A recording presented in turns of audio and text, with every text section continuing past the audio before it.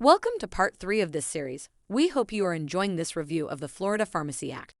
We would appreciate if you can like and share this video. Thank you. Let's get started. Let's start with the consultant pharmacist license. Application, renewal fees. 1. The department shall issue or renew a consultant pharmacist license upon receipt of an initial or renewal application that conforms to the requirements for consultant pharmacist initial licensure or renewal as adopted by the board by rule, and a fee set by the board not to exceed $250. To be licensed as a consultant pharmacist, a pharmacist must complete additional training as required by the board. A consultant pharmacist may provide medication management services in a healthcare facility within the framework of a written collaborative practice agreement between the pharmacist and a healthcare facility medical director or a physician licensed under Chapter 458 or Chapter 459, a podiatric physician licensed under Chapter 461, or a dentist licensed under Chapter 466 who is authorized to prescribe medicinal drugs. A consultant pharmacist may only provide medication management services, conduct patient assessments, and order and evaluate laboratory or clinical testing for patients of the healthcare practitioner with whom the consultant pharmacist has a written collaborative practice agreement. B. A written collaborative practice agreement must outline the circumstances under which the consultant pharmacist may 1. Order and evaluate any laboratory or clinical tests to promote and evaluate patient health and wellness, and monitor drug therapy and treatment outcomes. 2. Conduct patient assessments as appropriate to evaluate and monitor drug therapy. 3. Modify or discontinue medicinal drugs as outlined in the agreed-upon patient-specific order or pre-approved treatment protocol under the direction of a physician. However, a consultant pharmacist may not modify or discontinue medicinal drugs prescribed by a healthcare practitioner who does not have a written collaborative practice agreement with the consultant pharmacist. 4. Administer medicinal drugs. C. A consultant pharmacist shall maintain all drug, patient care, and quality assurance records as required by law, and with the collaborating practitioner shall maintain written collaborative practice agreements that must be available upon request from or upon inspection by the department. D. This subsection does not authorize a consultant pharmacist to diagnose any disease or condition.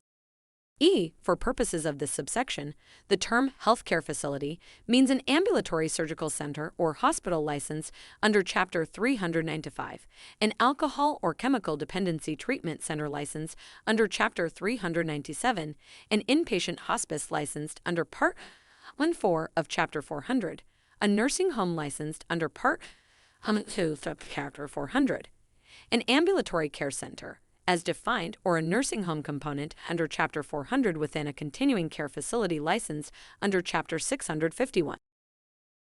2. Notwithstanding subsection 1. A consultant pharmacist or a doctor of pharmacy licensed in this state may also be responsible for ordering and evaluating any laboratory or clinical testing for persons under the care of a licensed home health agency when, in the judgment of the consultant pharmacist or doctor of pharmacy, such activity is necessary for the proper performance of his or her responsibilities, and only when authorized by a practitioner licensed under Chapter 458, Chapter 459, Chapter 461, or Chapter 466. In order for the consultant pharmacist or doctor of pharmacy to qualify and accept this authority, he or she must receive 3 hours of continuing education relating to laboratory and clinical testing as established by the board. 3. The board shall adopt rules necessary to implement and administer this section. Nuclear pharmacist license, application, renewal fees.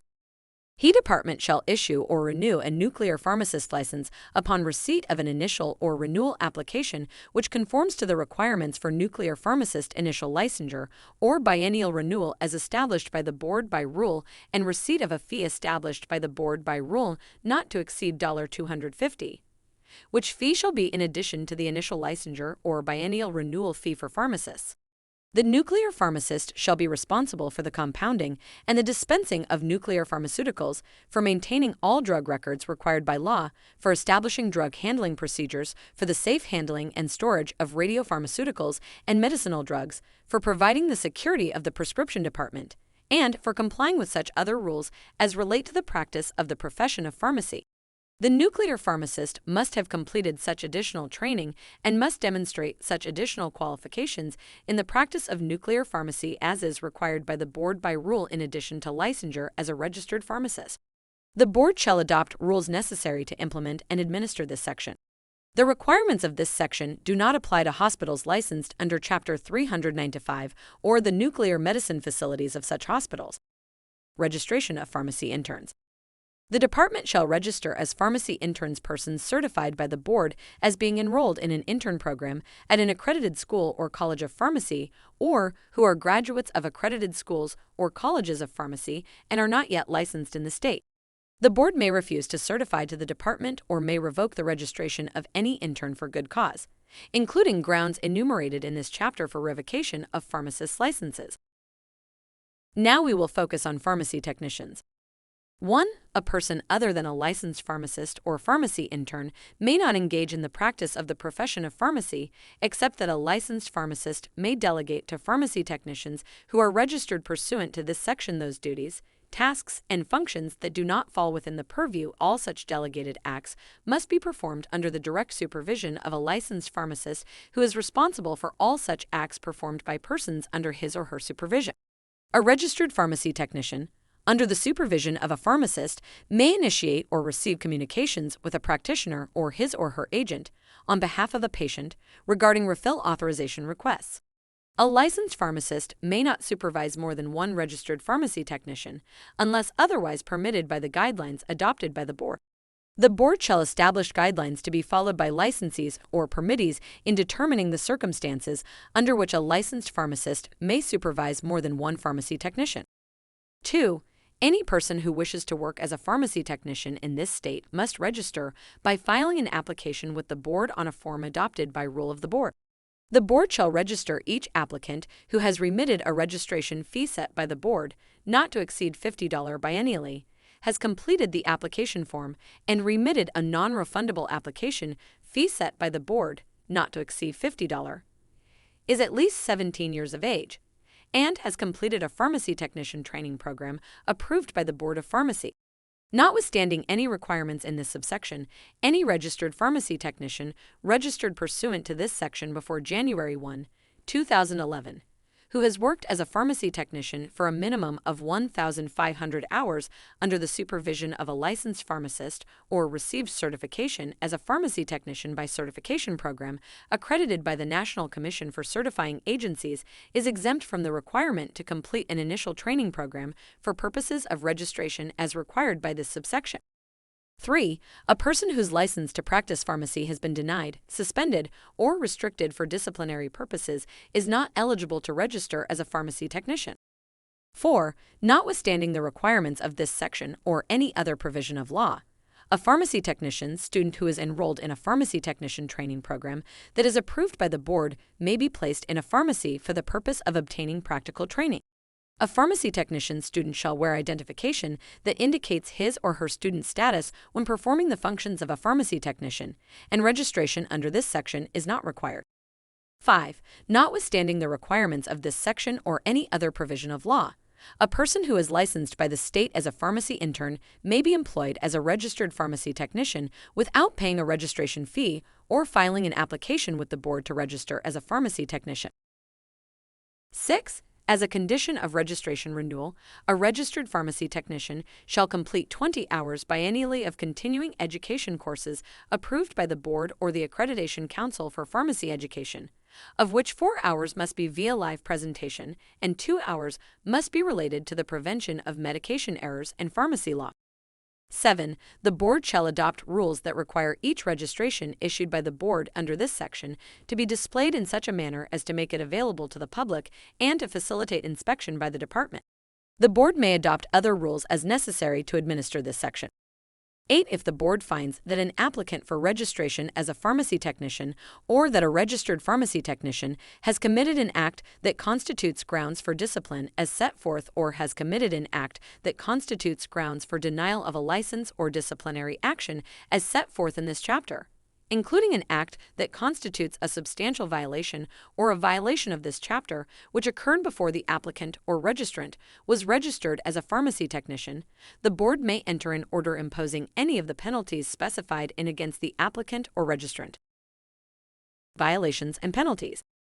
1. It is unlawful for any person to own, operate, maintain, open, establish, conduct, or have charge of, either alone or with another person or persons, a pharmacy. A. Which is not registered under the provisions of this chapter. B. In which a person not licensed as a pharmacist in this state or not registered as an intern in this state, or in which an intern who is not acting under the direct and immediate personal supervision of a licensed pharmacist fills, compounds, or dispenses any prescription or dispenses medicinal drugs. 2. It is unlawful for any person A. To make a false or fraudulent statement, either for herself or himself or for another person, in any application, affidavit, or statement presented to the board or in any proceeding before the board. B. To fill, compound, or dispense prescriptions or to dispense medicinal drugs if such person does not hold an active license as a pharmacist in this state, is not registered as an intern in this state, or is an intern not acting under the direct and immediate personal supervision of a licensed pharmacist. C. To sell or dispense drugs as defined without first being furnished with a prescription. D. To sell samples or complementary packages of drug products. 3. It is unlawful for any pharmacist to knowingly fail to report to the sheriff or other chief law enforcement agency of the county where the pharmacy is located within 24 hours after learning of any instance in which a person obtained or attempted to obtain a controlled substance, as defined, or at the close of business on the next business day, whichever is later, that the pharmacist knew or believed was obtained or attempted to be obtained through fraudulent methods or representations from the pharmacy at which the pharmacist practiced pharmacy. Any pharmacist who knowingly fails to make such a report within 24 hours after learning of the fraud or attempted fraud, or at the close of business on the next business day, whichever is later, commits a misdemeanor of the first degree, punishable as provided / a sufficient report of the fraudulent obtaining of controlled substances under this subsection must contain, at a minimum, a copy of the prescription used or presented and a narrative, including all information available to the pharmacist concerning the transaction, such as the name and telephone number of the prescribing physician, the name, description, and any personal identification information pertaining to the person who presented the prescription, and all other material information, such as photographic or video surveillance of the transaction. Violations and penalties. 4A. It is unlawful for any person other than a pharmacist licensed under this chapter to use the title pharmacist or druggist or otherwise lead the public to believe that she or he is engaged in the practice of pharmacy. B. It is unlawful for any person other than an owner of a pharmacy registered under this chapter to display any sign or to take any other action that would lead the public to believe that such person is engaged in the business of compounding, dispensing, or retailing any medicinal drugs. This paragraph shall not preclude a person not licensed as a pharmacist from owning a pharmacy. C. It is unlawful for a person, firm, or corporation that is not licensed or registered under this chapter to 1. Use in a trade name, sign, letter, or advertisement any term, including drug, pharmacy, prescription drugs, RX, or apothecary, which implies that the person, firm, or corporation is licensed or registered to practice pharmacy in this state. 2. Hold himself or herself out to others as a person, firm, or corporation licensed or registered to practice pharmacy in this state.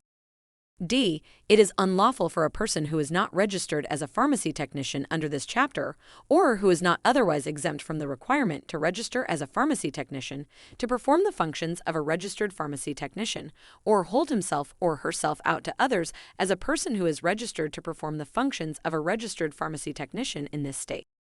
5. Any person who violates any provision of subsection 1 or subsection 4 commits a misdemeanor of the first degree, punishable as provided. Any person who violates any provision of subsection 2 commits a felony of the third degree. In any warrant, information, or indictment, it shall not be necessary to negative any exceptions, and the burden of any exception shall be upon the defendant.